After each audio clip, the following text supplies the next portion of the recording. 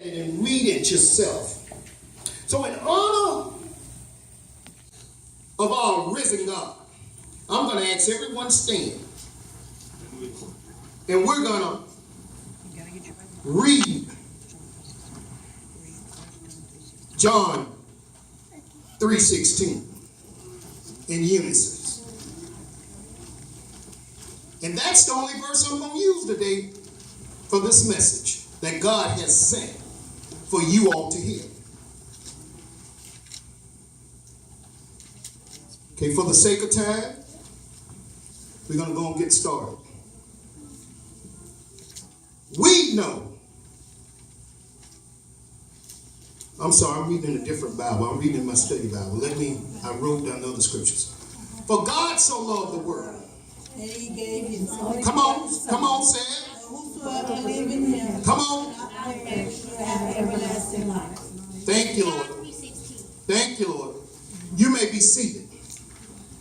Now I'm going to read it out of my study Bible, just to simplify it a little bit lower, on the lower terms. See, I don't know about y'all. I like to decrease things and subtract things down to the lowest denominator. Okay, John 3:16. We know what real love is because Jesus gave up his life for us. So we also ought to give up our lives for our brothers and sisters. If someone has enough money to live well and sees a brother or a sister in need, but shows no compassion, how can God's love be in that person? That's a personal question. Only you can answer that. Christ's example shows that real love involves self-sacrifice. We do this by becoming truly concerned about the needs of others and by unselfishly giving time, effort, prayer, possessions, and even our lives to supply those needs. That's what true love is about. And that's what 1 John chapter 3, verse 16 is about. It's about true love. And I ask myself this question. What can possibly compel an act of love that would cause a loving God to give his only begotten Son for my sins, for your sins, for all our sins, for the whole world, so we wouldn't die in sin, so we can have eternal life. See, the world thinks that love is an emotional thing.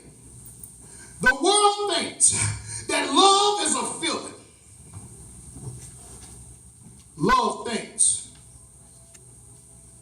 it's the way you act. Love can't mean all those things. But true love, God love, is active. It reaches beyond the depths of human emotions and demands a deeper effort of placing oneself aside for a greater need. And that's what he did. That was his whole ministry and his whole life on earth. That's what it's about. We thank you. Brother Steve, you can sit down, bro. You ain't got to wait. You don't sit down. Appreciate you. I appreciate all your hard work. It's going to pay off, brother. Hey, I know they can play. They play at home like they in concert. They're going to get it. Don't worry about it. You keep coming. You're going to keep getting whatever God bless you with. Don't worry. We know you're doing your job. Hold on. I done lost track there. Hold on. All right. God's love is active. And it reaches beyond the depths of human emotions and demands a deeper effort of placing oneself aside for a greater need. See, we humans, we needed to be saved. But we only could be saved by a loving God. A God that could look beyond our faults. A God that would see us for what we really are.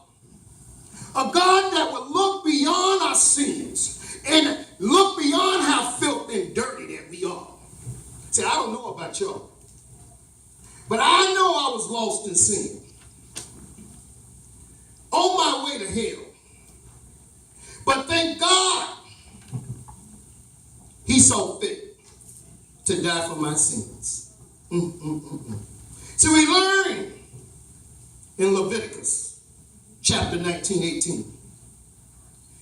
It tells us not to seek revenge for someone who misuses and mistreats us.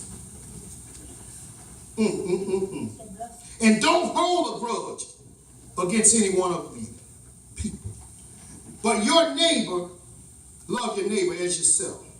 I am the Lord. And so we humans have a choice to either love as God loves, love as God requires. See, we have free will. And that's what's so good about God. He has all the power to force us, but he don't want to force us, to love him. He don't want to force us to love our neighbor. And I'm just so glad he didn't force me. See, I'm loved by my wife. I'm loved by my kids. I'm loved by my grandkids. Sometimes they get mad at me and they act like they don't love me because I have to chastise them or discipline them. But they love me. But see, I'd rather have the love of God than to have the love of my wife. I'd rather have the love of God than to have the love of my grandsons. I'd rather have God's love than some other human that change with the wind. My. See, when I got married, the preacher asked me, do you take this woman to be your lawful, lovely wife? For better, for worse, through sickness and in health, for richer or for poor. I'm here to tell you, I stuck to most of them. But I couldn't stick to that part about when she was trying to make me better. I hated it. But she had the love of God inside her. That God placed a desire inside of her to see me saved, to see me looking to God, and not to the world, not to the materialistic things, but to him who love is everlasting. See, before I got married, and I guess y'all call it courting, the courting days, I used to play love songs. You know, I'm a romantic. I'm a romancer. You know, I can't help that. My mom taught me about that, you know. She used to play all these love songs, and I don't think there's nothing wrong with love songs. Now, I'm talking about love songs. I'm not talking about all that stuff that talk all under your clothes, and that's just bad. That's not good. So, you know, I used to sing love songs. I used to try and sing, because I can sing, I can make a joyful noise, but, you know, she liked the idea I was trying to sing to her. You know, even though I couldn't sing, she probably didn't like the way it was sounding. She just liked the point that I wanted to sing to her, because it expressed my love for her. But no matter how many songs I sung to her, no matter how much I told her I love her, but when I told the preacher, and I told her, and I made the covenant with God, for better, for worse, through sickness and in health, and to death do us part. I'm sorry I didn't stick to all of that. I'm sorry I made some mistakes. But I'm not God. And I'm not God God for a reason. Because I couldn't die for some of you all. I wasn't even fit to die for myself. And that's why we need a loving God, an all-knowing God. He knew that I could stick to that covenant. But I'm willing to say it. You understand? And that ain't even part of my message, but God sent me that way. And I just have to follow the Holy Spirit. See, look. See, I'd rather live for God and die for God than to live forever in this world. I'd rather be loved by God than to be rich as Bill Gates. I'd rather have the love of God than to be president of the United States. I'd rather be a child of God than to have all the material things that I used to desire. See, I can say that and really mean it. Some of us say we love God.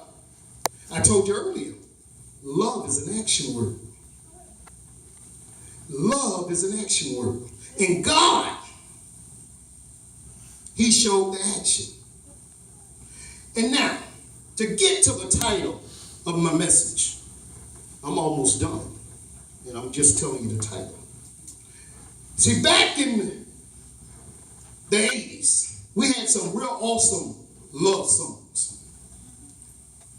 We had a love song written by Tina Turner. She was married to Ike Turner, and he misused her. And he didn't stick to his covenants. He didn't stick to not one of them. So when she got away from him, she moved to London. She got her own recording contract. And when she got divorced from him, she didn't want nothing from him. None of his millions, none of the royalties, nothing. The only thing she wanted was his name. But in that, she wrote a song going through that proceeding of divorce. And the title of the song is, What Love's Got to Do With It? Do anybody know that song? I'm asking you a question. What does love have to do with it? My. See, I ask you again. What does love have to do with it? The kind of love Jesus talks about here in John 3:16 is the sacrificial love of the cross, not the superficial love of this world. See, over the years, we humans have written so many songs trying to express love and what love is. Songs like these songs below. Love can build a bridge. See, it took a bridge, but it took God love to be able to build a bridge between sin and the cross. Thank God for his love. Someone wrote another song. We got love.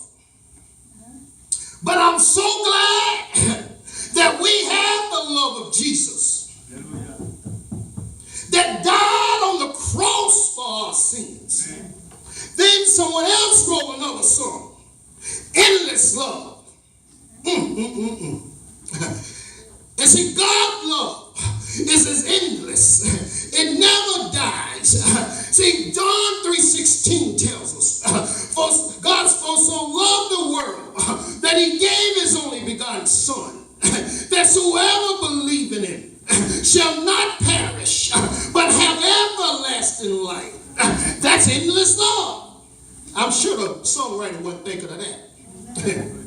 Well, then Whitney Houston, in 1992, in the movie Bodyguard, she didn't write the song, Dolly Parton did, back in the 60s. But it didn't sell good. Sometimes you need somebody else to sing a song that know what the word means and know what the song means. The song name was